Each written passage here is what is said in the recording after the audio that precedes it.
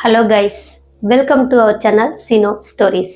இன்னைக்கான நிகழ்வு கோயம்புத்தூர் அப்படின்னு சொன்னாவே நமக்கெல்லாம் பரபரப்பான ஒரு சிட்டி, ரொம்ப பொல்யூஷனான சிட்டி, ரொம்பவே மக்கள் அதிகமாக நடமாட்டம் கூடிய ஒரு சிட்டி அப்படின்றது நமக்கு நல்லாவே தெரியும். ஆனால் அந்த சிட்டியில் காலையில் மட்டும்தான் அந்த பரபரப்பு இல்லை. நைட் ஆனிச்சுன்னா ரொம்பவே விசித்திரமான, ரொம்பவே அமானுஷமான, பயங்கரமான நிகழ்வுகள்லாம் நடக்கக்கூடிய ஒரு சிட்டி அப்படின்னா நம்மளால் நம்ப முடியுதா? ஆமாங்க, மணி அப்படின்னு சொல்லக்கூடியவருக்கு நடந்த அமானுஷமான நிகழ்வு பற்றி தான் இன்னைக்கான வீடியோவில் பார்க்கலாம். கோயம்புத்தூரில் ஆட்டோ டிரைவராக ஒர்க் பண்ணிட்டு இருக்காரு இந்த மணி அப்படின்றவர். எப்போவுமே இவர் வந்துட்டு 1 மணி வரைக்கும் சவாரியெல்லாம் ஏற்றிட்டு போயிட்டு வந்துட்டு போகிறார். அன்னைக்கு 1 மணி ஆயிடுச்சு. சரி, இதுக்கப்புறம் எந்த ஒரு சவாரியும் வரப்போகிறதில்ல, நம்ம வீட்டுக்கு கிளம்பலாம் அப்படின்னு காந்திபுரத்துலேருந்து கிளம்பியிருக்காரு. கடைசியாக ஒரு சவாரி வந்திருக்கு. அந்த கடைசி சவாரி இவரோட வாழ்க்கையவே புரட்டி போட்டிருக்கு அப்படின்னு சொன்னால் நம்மளால சுத்தமாக நம்ப முடியல. ஆனால் மணிக்கு நடந்திருக்குங்க. அவருக்கு என்ன நடந்துச்சுன்றத வீடியோ தொடர்ந்து பார்த்து தெரிஞ்சுக்கலாம். அதுக்கு முன்னாடி நம்மளோட சின்ன ஸ்டோரிஸை மறக்காமல் சப்ஸ்கிரைப் பண்ணிக்கோங்க. பக்கத்தில் உள்ள பெல் ஐக்கானில் ஆல் கொடுத்து வச்சுக்கோங்க. வாங்க மணிக்கு என்ன நடந்துச்சுன்றதை வீடியோ தொடர்ந்து பார்த்து தெரிஞ்சுக்கலாம்.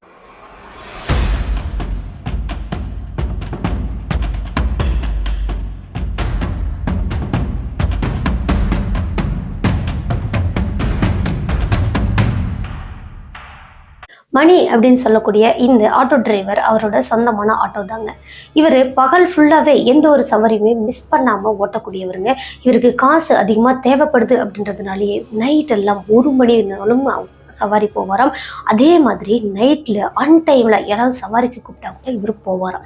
நமக்கு காசு வேணும் அப்படின்றதுனால 24 hours ஒர்க் பண்ணுறாங்கன்னு சொல்லுவாங்களே, அது மணிக்கு தான் பொருந்துமாங்க. அவ்வளோ தூரம் இவருக்கு ஹார்ட் ஒர்க் பண்ணி ஒர்க் பண்ணுவாராம். அன்னைக்கும் 1 மணி ஆயிடுச்சுங்க. சரி, இதுக்கப்புறம் நமக்கு எந்த ஒரு சவாரியும் வரப்போகிறது இல்லை அப்படின்னு நினச்சிட்டு தான் காந்திபுரத்தில் இருந்து பஸ் ஸ்டாண்ட்லேருந்து இந்த நபர் அவங்களோட வீட்டை நோக்கி போகலாம் அப்படின்னு கிளம்பியிருக்காரு. வீடு பார்த்தீங்கன்னா சரவணப்பட்டி அப்படின்ற கிராமம் தாங்க இவரோட ஊர். அந்த கோயம்புத்தூரில் இப்போது அவங்களோட ஊரை நோக்கி போயிட்டுருக்காருங்க. போகிற வழியில் ரோட்டு ஓரத்தில் ஒரு வெள்ளை கலரில் சேலை கட்டின மாதிரி ஒரு பொண்ணு நிற்கிறாங்க. அந்த பொண்ணு கையில் ஒரு கட்டப்பையும் வச்சுருந்துருக்காங்க. இந்த பொண்ணு இப்போது ஆட்டோவுக்கு லிஃப்ட் கேட்குற மாதிரியும் நின்றுட்டுருக்காங்க ரோட்டு சைடு ஒருத்தர். அதை பார்த்த மணி, ஆஹா, நமக்கு கடைசியாக ஒரு சவாரி கிடைச்சிருக்கு, இது எங்கே போகணுமோ அங்கே போய் இறக்கி விட்டுட்டோம் அப்படின்னா நமக்கு இன்னும் கொஞ்சம் காசு கிடைக்குமே அப்படின்ற ஒரு ஆசையினால மணி அந்த பொண்ணுக்கு லிஃப்ட் கொடுக்குறாரு. லிஃப்ட் கொடுக்கும்போது எங்கேம்மா போகணும் அப்படின்றத கேட்குறாருங்க. அப்போது அந்த பொண்ணு என்ன சொல்லியிருக்காங்கன்னா, மருதமலை அடிவாரத்துக்கு போகணும் அப்படின்னு சொல்லியிருக்காங்க. சரி, இந்த பொண்ணை இறக்கி விட்டுட்டு அதுக்கப்புறமா நம்மளோட ஊருக்கு போகலாம் அப்படின்னு நினச்சிட்டு மணி ஏறிக்கமா அப்படின்னு சொல்லியிருக்காங்க. அந்த பொண்ணும் ஆட்டோவில் ஏறி உட்காந்துட்டாங்கங்க. அதுக்கப்புறமா மணி ஆட்டோவை ஸ்டார்ட் பண்ணி போகிறாரு. ஒரு 2-3 நிமிஷத்துலேயேங்க மணி என்ன பண்ணுறாருன்னா, யதார்த்தமாக பேச்சு கொடுக்குறாருங்க. என்னம்மா இந்நேரத்தில் இங்கே நின்றுட்டுருக்குறீங்க, இவ்வளோ நேரத்துக்கு இங்கே யாருமே வரமாட்டாங்களே, அதுவும் தனியாக வேற நிற்கிறீங்களே அப்படின்னு கேட்குறாங்க. அப்போது அந்த பொண்ணு எந்த ஒரு ரியாக்ஷனே கொடுக்காம இருந்திருக்கு. சரி, இதுக்கு தான் பதில் சொல்லலை அப்படின்னு நினச்சிட்டு, மருதமலையில் யாரம்மா பார்க்க போகிறீங்க, எங்கம்மா போகிறீங்க அப்படின்னு மறுபடியும் கேள்வி கேட்டிருக்காரு. அப்பவும் அந்த பொண்ணு எந்த ஒரு ரெஸ்பான்ஸுமே கொடுக்கல. உடனே மணிக்கு ஒரு டவுட் வந்துருச்சு. நம்ம எதுக்கும் முன்னாடி அந்த மிரரில் பார்க்கலாமே அப்படின்னு சொல்லி அந்த மிரரில் பார்க்குறாரு. பார்க்கும்போது அந்த பொண்ணோட முகமே சரியாக தெரியலங்க. ஃபுல்லாக முடியே மறைச்சிட்டு இருக்கிற மாதிரி இருக்குது. இந்த பொண்ணு உட்கார்ந்துட்டு இருக்கிற அந்த ஷேப்புமே இவருக்கு ஒரு நார்மல் மனுஷன் மாதிரி ஒன்றும் தெரியல. இவர் பயம் இருந்தாலும் கொஞ்சம் உள்ளுக்குள்ளேயே வச்சுட்டு இந்த ஆட்டோவை கொண்டு போய் நேராக மருதமலைக்கு அடிவாரத்தில் இறக்கி விட்டுறாரு. இறக்கி விட்டதுக்கு அப்புறமா எவ்வளோங்க ஆச்சு அப்படின்றதெல்லாம் இவங்கள்ட்ட சொல்லணும் இல்லையா? மீட்டர் இவ்வளோ ஓடி இருக்கு அப்படின்னு, இவங்களுக்கு இவ்வளோ சார்ஜ் அப்படின்னு சொல்லுவோம் இல்லையா? அது மாதிரி அந்த பொண்ணுக்கிட்ட சொல்கிறாங்க, இவ்வளோ காசு கொடுங்க அப்படின்னு கேட்குறாங்க. அப்போ அந்த பொண்ணு அந்த கட்டப்பை வச்சுருக்காங்க பார்த்தீங்களா, அந்த கட்டப்பைக்குள்ளே தொலாவிட்டு இருக்கிறாங்க காசு. எவ்வளோ நேரம் தேடியும் ஒரு பர்ஸில் இருந்து ஒரே ஒரு காசு மட்டும் எடுத்துருக்காங்க. அது ஒரு காயின் மாதிரி இருந்திருக்கு. இந்த காயினை எடுத்து மணிக்கிட்ட கொடுத்துருக்காங்க. கொடுத்ததும் மணி ஷாக் ஆகிட்டார். அந்த காயின் பார்த்தீங்கன்னா ரொம்பவே பழைய காலத்து காயின் மாதிரி இருக்குங்க. அது இப்போது நடைமுறையில் இல்லாத ஒரு காயின் மாதிரி இருக்குது. அம்மா, இந்த காயின் எனக்கு வேண்டாம், வேற ஒரு காயின் கொடுங்க, வேற ஒரு காசு கொடுங்க அப்படின்னு மணி மறுபடியும் கேட்குறாரு. அப்போது அந்த பொண்ணோட முகம் மெதுவாக அந்த முடியெல்லாம் விலகிட்டு காற்றுல விலகி இருக்குங்க. அப்போதான் பார்க்குறாருங்க, அங்கே அந்த முகம் பார்த்தீங்கன்னா ரொம்பவே பயங்கரமாக இருந்திருக்கு. இந்த பல் வரிகள் எல்லாம் அப்படியே வெளியே தெரிகிற மாதிரி இருக்குது. அந்த ஸ்கின்னே இல்லாத மாதிரி இருந்திருக்கு. இப்போ இதை பார்த்து மணிக்கு ரொம்பவே பயம் வந்துருச்சுங்க. ஐயோ எனக்கு காசே வேண்டாண்டா அப்படின்னு சொல்லிட்டு அந்த காசு அந்த பொண்ணுக்கிட்டே திருப்பி கொடுக்கலாம் அப்படின்னு பார்க்குறாங்க. அந்த பொண்ணு பேசிக்கிட்டே இருக்கும்போதே மெது மெதுவா அந்த உருவம் மாயமா கரைஞ்சு போயிடுச்சாங்க. காத்துல அப்படியே கலைஞ்சு போன மாதிரி போயிருக்கு. பார்த்தவருக்கு ஒட்டம கை களம் அங்கேயே அள்ளி விட்டுருச்சுங்க. அடுத்தது உடனே அந்த ஆட்டோவை எடுத்துக்கிட்டு நேராக இவங்களோட ஊருக்கு வராரு. ஊருக்கு வந்தாலுமே இவருக்கு அந்த பயம் படபடப்பு குறையவே இல்லை.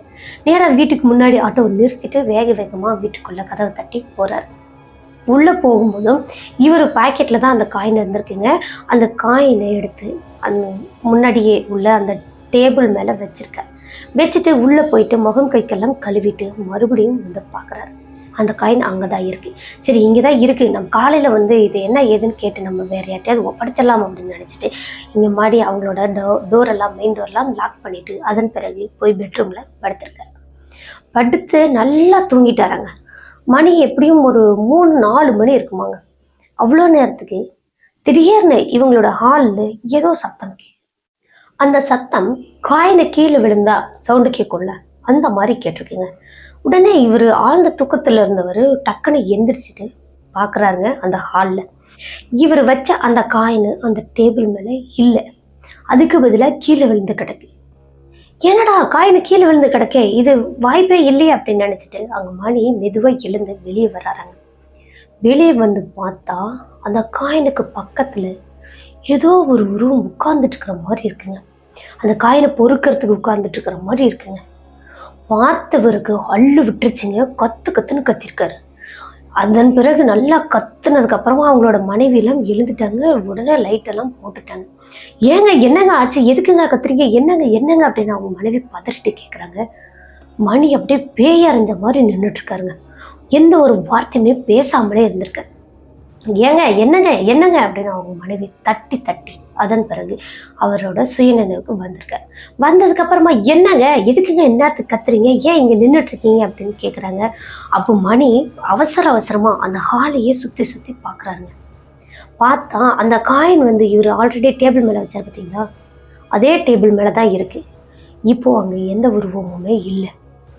அவங்க மனைவி கிட்ட இந்த விஷயத்த சொன்னால் பயந்துருவாங்க அப்படின்றதுனால எனக்கு கெட்ட கனவு வந்துருச்சு, அதனால தான் நான் கத்தி ஓடி வந்துட்டேன் அப்படின்னு சொல்லியிருக்காங்க. இதுக்கு தாங்க அன்டைமில் நீங்கள் வண்டி ஓட்டாதீங்கன்னு சொல்கிறேன், நீங்கள் கேட்குறீங்களா அப்படின்னு அவங்களோட மனைவி சமாதானம் பண்ணி அதன் பிறகு இங்கே மணிக்கு எல்லாம் தண்ணி கொடுத்துட்டு 2 பேரும் போய் பெட்டில் படுக்கிறாங்க. இவங்களுக்கு ஒரு பொண்ணு இருக்கிறாங்கங்க. மணியோட பொண்ணு பேர் கனி, அதுக்கப்புறம் அவங்களோட மனைவியோட பேர் செல்வி. இங்கே செல்வியும் படுத்துட்டாங்க, மணியும் படுத்துட்டாங்க. இடையில கனி படுத்துட்டு இருக்கிறாங்க. நல்லா தூங்கிட்டு இருந்த அந்த பாப்பா திடீர்னு வீர்னு கத்துதாங்க.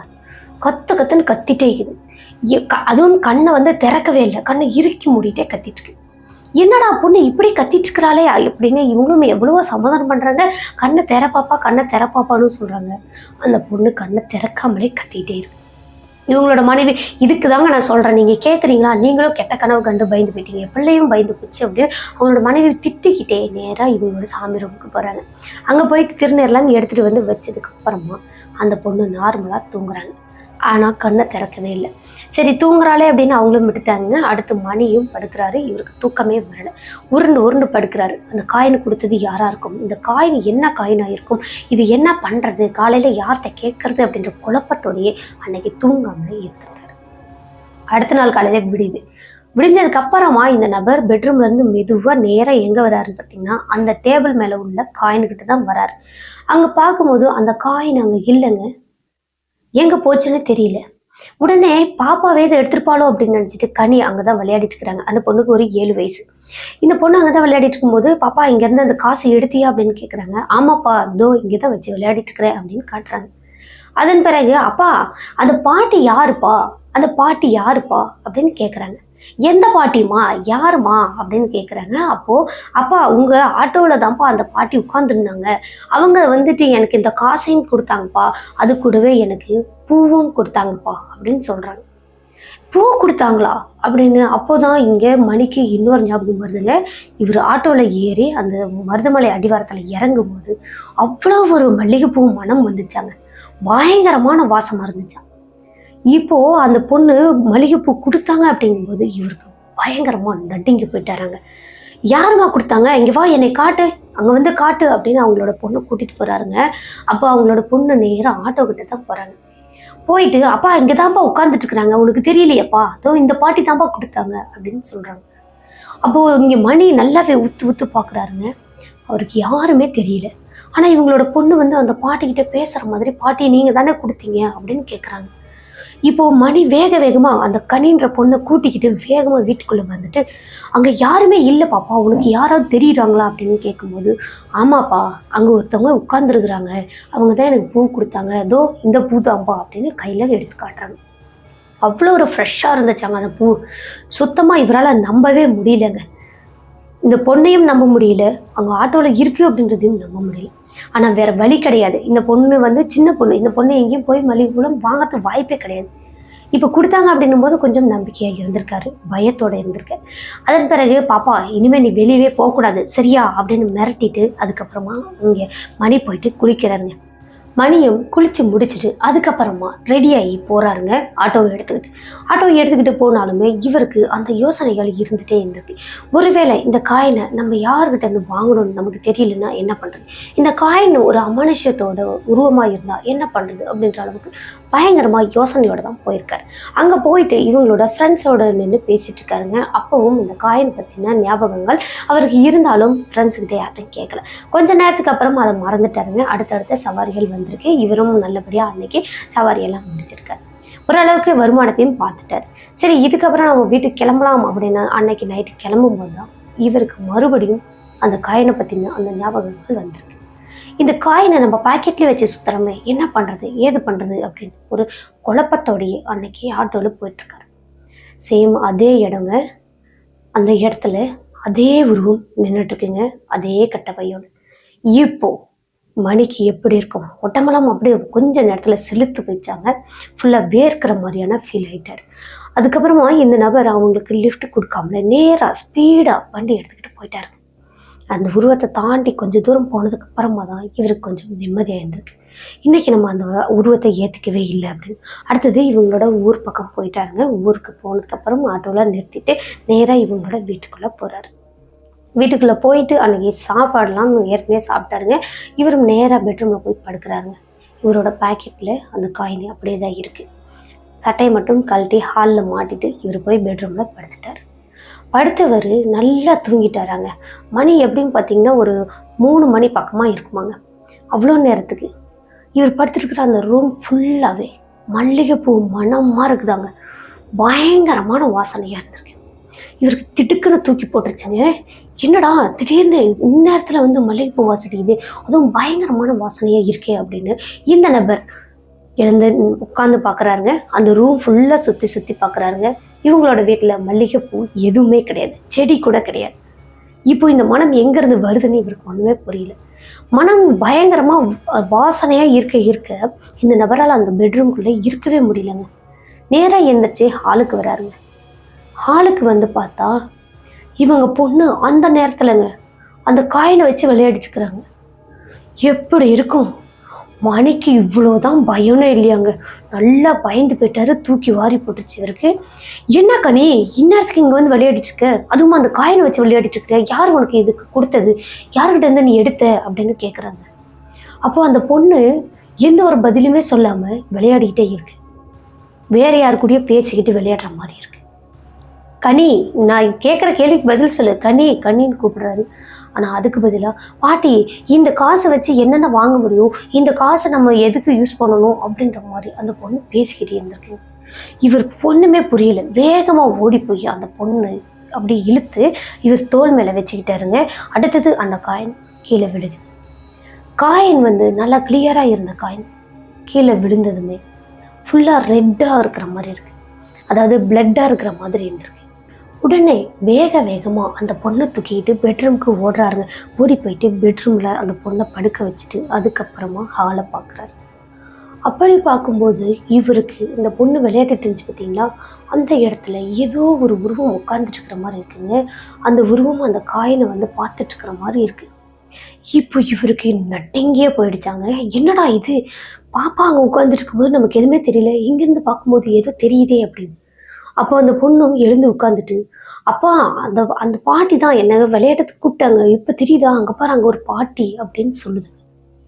இவர் அப்படியே இவ்வளோதான் பயந்தாருன்னே இல்லையாங்க, செமையா பயந்துட்டாரு. அப்படியே உச்சந்தலையிலேருந்து உள்ளங்கால் வரைக்கும் ஃபுல்லாக பயத்தில் நிறைஞ்சு போயிருக்காரு.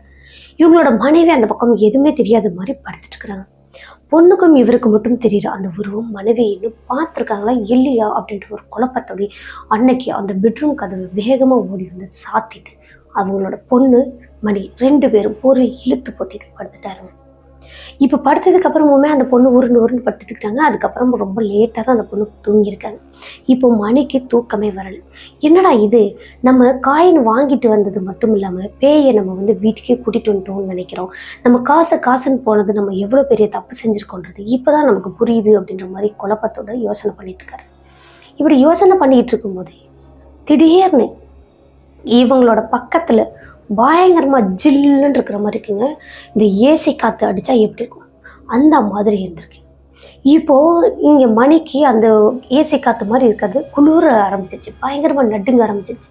ஆல்ரெடி இப்போ ஒரு போத்தி தான் படுத்திருக்காரு, அதுக்கு மேலேயும் இவருக்கு குளிருது. அப்படிங்கும்போது என்னடா இவ்வளோ கூலிங்காக இருக்கே அப்படின்னு மெதுவாக போர்வை விளக்கிட்டு பார்க்கும்போது அங்கே ஒரு மங்கலான ஒரு உருவம் நின்றுட்டுருக்குங்க. அந்த அவங்க நிற்கிற அந்த இடம் மட்டும்தான் சில்லுன்னு இருக்கு. இவங்க பொண்ணு படுத்துட்டு இருக்கிற அந்த இடம்லாம் கொஞ்சம் ஹீட்டாக நார்மல் ஹீட்டு இருக்கிற மாதிரி இருக்குது, நார்மல் டெம்பரேச்சரில் இருக்கிற மாதிரி இருக்குது. ஆனால் மணியோட ஒரு பக்கம் சைடு மட்டும் ஃபுல்லாக ஜில்லுன்னு இருக்குங்க. விடன்னு நடுங்குது அவருக்கு. என்னடா இது அப்படின்னு நல்லா லைட்டை போட்டுட்டு கண்ணை திறந்து பார்க்குறாருங்க. பார்த்தா இவர் லிஃப்ட் கொடுத்தாரு பார்த்தீங்களா, அதே உருவம் தான் அங்கே அவங்களோட ரூம்குள்ளே நிற்கும். இந்த உருவத்துக்கிட்ட இருந்து நம்ம எப்படிடா தப்பிக்கிறது அப்படின்ற மாதிரி பார்த்துட்டே இருக்கும்போது அந்த உருவம் அப்படியே காற்றுல கரைஞ்ச மாதிரி மாயமாக மறந்து அடுத்து எங்கே போச்சு அப்படின்றது இவருக்கே தெரியல. இவரும் சுற்றி பார்க்குறாருங்க, நல்லாவே பார்த்துட்டே இருக்கிறாரு. அந்த உருவம் எங்கே போச்சுன்னே தெரியல.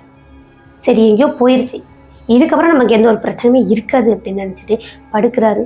விடிஞ்சிருச்சு. சரியான தூக்கம் இல்லாததுனால மணி ரொம்பவே டயர்டும் ஆயிட்டார். அன்னைக்கு காலையில் அவங்களோட மனைவி அவங்க பொண்ணு எல்லாமே அவங்கவுங்க வேலையெல்லாம் முடிச்சுட்டு அவங்க பொண்ணு ஸ்கூலுக்கு கிளம்பி போயிட்டாங்கங்க. இப்போ அவங்களோட மனைவி வந்து மணியை எழுப்பிட்டாங்க. மணி நான் ஆல்ரெடி சொன்ன மாதிரி 24 hours வேலைனாலும் பார்க்கக்கூடிய ஆள் இன்னைக்கு இவ்வளோ நேரம் வரைக்கும் தூங்குறாரு அப்படின்ற டவுட்லேயே அவங்க மனைவி போயிட்டு எழுப்பியிருக்காங்க, செல்வி போயிட்டு எழுப்பியிருக்காங்க. ஏங்க எந்திரிங்க, ஏங்க இன்னும் தூங்கிட்டே இருக்கீங்க, எந்திரிங்க அப்படின்னு கூப்பிடுறாங்க. அப்போது இவங்களோட மணியை தொடும்போது நெருப்பா அனலா கொதிக்கிற மாதிரி இருந்திருக்குங்க. காய்ச்சல், பயங்கரமான காய்ச்சலாக இருக்கு. என்னது இது, நல்லா தானே படுத்தாரு, எப்படி திடீர்னு காய்ச்சல் வந்துச்சு, ஒன்றுமே புரியலையே அப்படின்னா அவங்களோட மனைவி ஏங்க எந்திரிங்கன்றாரு. ஆனால் மணியால் கண்ணை திறக்கவே முடியல. அவசரமாக பக்கத்தில் இருக்கிறவங்கள ஹெல்ப்க்கு கூப்பிட்டு மணியை கொண்டு போய் ஹாஸ்பிட்டலில் சேர்க்குறாங்க செல்வி. ஹாஸ்பிட்டலில் சேர்த்ததுக்கப்புறமா ட்ரிப்ஸு ஊசியெல்லாம் போட்டு அந்த காய்ச்சல் மெதுவாக குறைஞ்சதுக்கு அப்புறமா இவங்க செல்வி என்னங்க ஆச்சு, திடீர்னு ஏன் இந்த மாதிரி உங்களுக்கு உடம்பு சரியில்லை, நீங்கள் கொஞ்சம் ரெஸ்ட் எடுத்து வண்டி ஓட்டினா தான் சரியாகும் அப்படின்ற மாதிரி சொல்கிறாங்க. அப்போ மணி என்ன சொல்கிறாருன்னா, நான் இனிமேல் வண்டி ஓட்டவே போகலை அப்படின்னு சொல்லியிருக்கேன். இவங்களோட மனைவி பயங்கரமாக ஷாக் ஆகிட்டாங்க. எவ்வளவு தடுத்து நிறுத்தினாலும் ஒரு நாளைக்கு கூட வண்டி நிறுத்தாமல் ஓட்டக்கூடிய ஆள் இன்னைக்கு இனிமேல் வண்டிக்கே போகலைன்னு சொல்கிறாருன்னு ஏங்க என்னங்க அப்படின்னு கேட்குறாங்க. அப்போதான் மணி நடந்த விஷயங்கள் அனைத்தையும் அவங்களோட மனைவி கிட்ட சொல்லியிருக்காங்க. சொன்னதுமே அவங்களோட மனைவி மட்டும் இல்லைங்க, அங்கே மணியோட அம்மாவும் இருந்திருக்காங்க. அவங்களோட அம்மா என்ன சொல்கிறாங்கன்னா, இப்போ அந்த காயின் எங்கே அப்படின்னு கேட்டிருக்காங்க. இப்போது அது வீட்டில் தான் இருக்குது அப்படின்னு சொல்லியிருக்காங்க.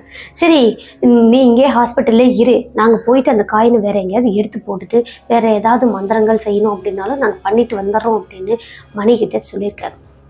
மணியும் அவங்களோட மனைவியும் அங்கே ஹாஸ்பிட்டலில் இருக்காங்க. இப்போ மணியோட அம்மா வீட்டுக்கு போகிறாங்க. வீட்டுக்கு போயிட்டு அந்த காயினை எங்கேயோ தேடுறாங்க, எங்கேயுமே கிடைக்கவே இல்லை. இப்போ இங்கே காயின் எதுவுமே இல்லை அப்படின்னு மணிக்கு ஃபோன் பண்ணாலும் மணி வச்சு எடுத்த சொல்கிறாரு, ஆனால் அங்கே இல்லை. இந்த காயின் எங்கே போயிருக்கோம் அப்படின்றது இவங்களுக்கு ஒன்றுமே புரியல. சரி ஓகே அப்படின்னு இவங்க மறுபடியும் ஹாஸ்பிட்டல் கிளம்பி போகிறாங்க. அங்கே மணி வந்துட்டு ட்ரிப்ஸ் எல்லாம் இறங்கி ஓரளவுக்கு க்யூர் ஆனதுனால அன்றைக்கி சாயங்காலமே வீட்டுக்கு கூட்டிகிட்டு வராங்க. ஆனால் மணியால் வீட்டுக்குள்ளே அடி வைக்கவே முடியலைங்க. அவ்வளோ ஒரு பயமாக இருக்குது, பதட்டமாக இருக்குது, நடுங்கிறாரு. இந்த வீட்டுக்குள்ளே போகணுமா அப்படின்னு வேகமாக இந்த வீட்டுக்குள்ளே அழைச்சிட்டு போகிறாங்க. போயிட்டு ஹாலில் உட்கார வச்சுட்டு அந்த காயினை ஃபுல்லாக தேடுறாங்க, எங்கே தேடியுமே கிடைக்கல. ஃபைனலாக கனியும் ஸ்கூல் விட்டு வந்தாச்சு. வந்ததுக்கப்புறமா இங்கே மணிக்கு ஒரு டவுட், கன்னிக்கிட்ட கேட்டு பார்ப்போம் அப்படின்னு கன்னியை கூப்பிட்டு தனியாக கேட்குறாருங்க. இங்கே நேற்று ஒரு காயின் வச்சு விளையாடிட்டு இருந்தல அது எங்கே அப்படின்னு கேட்குறாங்க. அப்போ கனி என்ன சொல்கிறாங்கன்னா, அப்போ அது என்கிட்ட தான் இருக்குது, என் பேக்கில் தான் இருக்குது அப்படின்னு பேக்லேருந்து எடுத்து கொடுக்குறாங்க. கொடுக்கும்போதும் அந்த காயினை ரொம்பவே துரு பிடிச்ச மாதிரி ரொம்ப பழைய காலத்து காயின் எப்படி இருக்கும் அந்த மாதிரி இருந்திருக்கு. இப்போ இதை கொஞ்சம் கூட வெறி எக்ஸ்பெக்ட் பண்ணவே இல்லை. ஆல்ரெடி இவர் பார்க்கும்போது நல்லா இருந்துச்சு, இப்போ ஒரு மாதிரி இருக்குது அப்படிங்கும்போதே இவருக்கு புரிஞ்சிச்சு. அவங்களோட அம்மா கிட்ட கொடுக்குறாரு. அம்மா இந்த காயின் தான் அதுன்னு. அடுத்தது இவங்க அம்மா எடுத்துகிட்டு போயிட்டு ஒரு பூசாரிகிட்ட கொடுக்குறாங்க. அங்கே கொடுத்து மந்திரிக்கிறாங்க. மந்திரிச்சதுக்கப்புறம் பார்த்தா தான் அது ஒரு ஆக்சிடெண்ட்டில் இறந்து போன ஒரு பொண்ணோட ஆன்மா. அந்த ஆன்மா வச்சுருந்த அந்த காயினை தான் இப்போ இங்கே மணிக்கிட்ட கொடுத்துருக்கு அப்படின்னு. மணியை பின்தொடர்ந்து வரதுக்கான காரணமும் அதுதான். இது வீட்டு வரைக்கும் வந்தது எல்லாமே இந்த காயினால தான் அப்படின்னு சொல்லியிருக்காங்க. சரி, இவர் என்ன பண்ணாரு? இவர் சவாரியில் போனவங்கள்ட்ட காசு வாங்குறது நியாயம் தானே அப்படின்ற மாதிரி இவர் யோசிக்கிறாரு. ஆனால் அந்த ஆன்மா நம்மகிட்ட இருந்த காயினை அவன் எடுத்துகிட்டு போயிட்டானே அப்படின்ற ஒரு ஆதங்கத்தில் தான் பின்னாடியே வந்திருக்கு. நல்ல வேலையா முன்னாடியே கொண்டுட்டு வந்துட்டீங்க.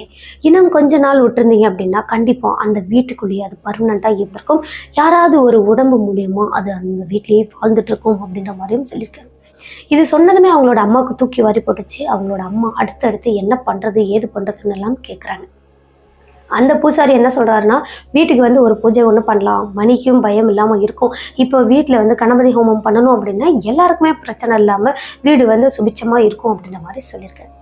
சரிங்க அப்படின்ட்டு அந்த பூசாரிக்கிட்ட ஓகே சொல்லிட்டு என்னைக்கு வராங்க என்னன்றதெல்லாம் கேட்டுக்கிட்டு இவங்களோட அம்மாவும் வந்துட்டு மணியை பார்க்குறாங்கங்க. மணியை பார்த்தா அப்படியே முகம்லாம் வீங்கி போயிருக்கு, கை கால்லாம் அவ்வளோ ஒரு வீக்கமாக இருக்குது. இவங்க போகும்போது நல்லா இருந்தவர் இப்போது மூஞ்சி கை கால்லாம் வீங்கி போய் ரொம்பவே முடியாமல் இருக்கிறவங்க, ரொம்ப சீரியஸாக இருக்கிறவங்க எப்படி இருப்பாங்க அந்த மாதிரி இருக்காருங்க. ஃபுல்லாக மூச்சு விடுறதுக்கே சிரமப்படுற மாதிரி கஷ்டப்பட்டுட்டு இருக்காரு. இந்த நிலைமையில கண்டிப்பாக பூஜை எதுவும் பண்ண முடியாது அப்படின்றது தெரிஞ்சிருச்சு. எப்படியும் பூஜை பண்ணுறதுக்கு இன்னும் 2 நாள் ஆகும், அதுக்குள்ளே இவனை ரெடி பண்ணிடலாம் அப்படின்னு அன்னைக்கே உடனே அவங்களோட அம்மா வீட்டுக்கு போனதுமே ஹாஸ்பிட்டல் கூட்டிகிட்டு போகிறாங்க. அங்கே கூட்டிகிட்டு போயிட்டு ஊசியெல்லாம் போடுறாங்க, டெஸ்ட் எல்லாமே எடுத்து பார்க்குறாங்க, எல்லாமே நார்மல். ஆனால் என்ன காரணம் இவருக்கு கை கால் முகம்லாம் வீங்கிருக்கு அப்படின்றது தெரியல, மூச்சு விடுறதுக்கு சிரமப்படுறாருன்றதும் தெரியல. அங்கே டாக்டர் சைடும் எல்லாமே ட்ரீட்மெண்ட்லாம் பார்க்குறாங்க. லேசாக அந்த மூச்சு வாங்குறது அந்த மூச்சு விடுறதுக்கு சிரமப்படுறதெல்லாம் குறைஞ்ச மாதிரி இருக்குது. மணியும் 2 நாள் பெட்டில் சேர்ந்து அந்த ட்ரீட்மெண்ட்லாம் பார்க்குறாங்க, சரியாகலை. சரி, நாங்கள் வேறு ஹாஸ்பிட்டல் கூட்டிகிட்டு போகிறோம் அப்படின்னு சொல்லிட்டு அன்றைக்கி அவங்களோட அம்மா டிஸ்சார்ஜ் பண்ணி வீட்டுக்கு கூட்டிகிட்டு வராங்க. சரியா அந்த பூசாரியும் வராங்க, வீட்டில் பூஜை ஒன்று பண்ணுறாங்க. பூஜை பண்ணினதுமே அந்த காயினை தேடி அந்த காயினை கொண்டுட்டு அங்கே அந்த அக்னி ஹோமம் வளர்க்குறாங்க இல்லையா, அதில் போட சொல்லியிருக்காங்க. போட்டு அந்த பூஜையெல்லாம் நிறைவடைஞ்சதுக்கு அப்புறமா அந்த காயினை ஒரு துணியில் கட்டுறாரு. அந்த பூசாரியை கட்டுறாருங்க. கட்டி மஞ்சள் குங்குமம் அதுக்கப்புறம் இன்னும் ஏதோ உள்ளெல்லாம் போட்டு கற்பூரம், அப்புறம் இந்த கற்பூரத்தில் காட்டுறது எல்லாமே பண்ணி முடிச்சுட்டு இந்த துணியை கொண்டு போய் இந்த காயினை கொண்டு போய் எங்கேயாவது யார் கைக்குமே கிடைக்காத அளவுக்கு போட்டு வந்துருங்க அப்படின்னு சொல்லியிருக்காங்க. அதுக்கப்புறமா தான் மணிக்கு சரியாகும் அப்படின்றதையும் சொல்லியிருக்காங்க. சரி அப்படின்னு இவங்களும் அந்நேரத்துக்குங்க மணி எப்படியும் பார்த்திங்கன்னா நைட் டைமில் இந்த பூஜை பண்ணியிருக்கிறாங்க. அப்படி பண்ணினதுமே அவங்க போயிட்டு யாருக்குமே தெரியாத இவங்களோட ஊர் எல்லையில் ஒரு இடத்துல போட்டு வந்துட்டாங்க. போட்டுட்டு வந்ததுக்கப்புறமா இங்கே பூசாரிக்கிட்டையும் சொல்லிட்டாங்க, இந்த மாதிரி நாங்கள் போட்டுட்டு வந்துட்டோம் அப்படின்னு. அடுத்தது இன்னும் 2 நாள் கழிச்சு மறுபடியும் மணியை நான் பார்க்குறேன் அப்படின்னு சொல்லிட்டு அவருக்கு வீட்டுக்கு கிளம்பியிருக்கேன். வீட்டுக்கு கிளம்பி போயிட்டு அன்றைக்கி பூஜை பண்ணனா அந்த இடமெல்லாம் க்ளீன் பண்ணி முடிச்சுட்டு அதுக்கப்புறமா மணியை தூங்க வச்சுருக்காங்க. நல்லா தூங்கிட்டார். அடுத்த நாள் காலையில் விடிஞ்சதுக்கு அப்புறமா கொஞ்சம் அப்படியே அந்த கை கால் முகம் வீக்கம்லாம் வத்தின மாதிரி இருக்குது, கொஞ்சம் ஓரளவுக்கு நார்மலாக இருக்கிற மாதிரி இருக்குது, நல்லா பேச முடியுது, மூச்சு வாங்குறது எல்லாமே ஸ்டாப் ஆகிட்டாங்க. மிராக்கலாக இருந்திருக்குங்க மணிக்கு. இவ்வளோ நேரம் நமக்கு இந்த மாதிரி இருந்துச்சு, இன்றைக்கி காலையில் நல்லா இருக்கே அப்படின்னு. அடுத்தது இன்னும் 2 நாள் கழிச்சு பார்க்குறேன்னு சொன்னார் இல்லையா, அதே மாதிரி 2 நாளுக்கு அப்புறம் அதே பூசாரி வராருங்க. வந்துட்டு தீர்த்தம்லாம் அந்த வீடு ஃபுல்லாக தெளிச்சு விட்றாரு. தெளிச்சு விட்டுட்டு இங்கே மணிக்கும் திருநீர்லாம் வச்சு விட்டுட்டு தாய் தொண்ணு கட்டி விட்டு போகிறாருங்க. அதுக்கப்புறம் இவருக்கு எந்த ஒரு பிரச்சனையும் இல்லை. இப்போவுமே மணி நைட் டைமில் ஆட்டோ ஓட்டுறாங்க, ஆனால் அன்டைமில் போகிறதே கிடையாது. மணி எப்படியும் ஒரு 8 மணிக்குள்ளே வீட்டுக்கு போய் சேர்றத ரொம்ப முக்கியமாக வச்சுருந்துருக்காருங்க. அதே போல் நடுராத்திரியில் யாருமே தெரியாத இடத்துல நின்று, அதாவது இந்த நடு ரோட்டில் நின்று ஒரு லிஃப்ட் கேட்குறது, அதுக்கப்புறம் தெரியாத முகத்தோடு வச்சுருக்கிறவங்க, இந்த மாதிரி இருக்கிறவங்கள பார்த்தாவே இவருக்கு கொஞ்சம் பயமாக இருக்குமாங்க. அதனாலேயே நிறைய சவாரி இவர் தவிர்த்துருவாராம். ஆட்டோ ஸ்டாண்ட்லேருந்து போகிற வரைக்கும் சவாரி ஓகே, இந்த இடையில நிறுத்தி சவாரி கேட்குறது இதெல்லாம் நிறுத்துறதே இல்லையாங்க. அதுக்கப்புறமா அந்த கனி அப்படின்ற பொண்ணுக்கும் அந்த பாட்டியோட உருவம் தெரியாது, ஸ்டாப் ஆயிருக்கு. இவ்வளோ விஷயமும் நான் என்னோட பேராசையினால நான் வந்து நிறைய காசு வேணும் அப்படின்னு ஓடினதுனால என்னோடய ஃபேமிலிக்கு நடந்துச்சு சிஸ்டர், எனக்கு நடந்துச்சு அப்படின்ற மாதிரி இந்த நிகழ்வை நமக்கு மணி அப்படின்றவங்க சொல்லி முடிச்சிருக்காங்க. இந்த நிகழ்வை சொன்ன மணிக்கு ரொம்ப நன்றி சொல்லிடலாங்க. இந்த வீடியோ எப்படி இருந்துச்சுன்னு மறக்காமல் கமெண்ட் பாக்ஸில் கமெண்ட் பண்ணுங்கள். வீடியோ பிடிச்சிருந்தா லைக் பண்ணுங்கள், ஷேர் பண்ணுங்கள், கமெண்ட் பண்ணுங்கள். இது மாதிரி தொடர்ந்து ரியல் லைஃப் கோஸ்ட் இன்சிடென்ட்லாம் கேட்கணும் அப்படின்னா நம்மளோட சினோ ஸ்டோரிஸை மறக்காமல் சப்ஸ்கிரைப் பண்ணிக்கோங்க. பக்கத்தில் உள்ள பெல் ஐக்கானில் ஆல் கொடுத்து வச்சுக்கோங்க. ஓகே கைஸ், மீண்டும் ஒரு திகிலான ஹாரரான ரியல் லைஃப் கோஸ்ட் இன்சிடென்ட்டோட அடுத்த எபிசோடில் சந்திக்கிற வரைக்கும் உங்களிடமிருந்து விடைபெறுவது உங்கள் சினோ ஸ்டோரிஸில் நானுமா. டாடா பாய்.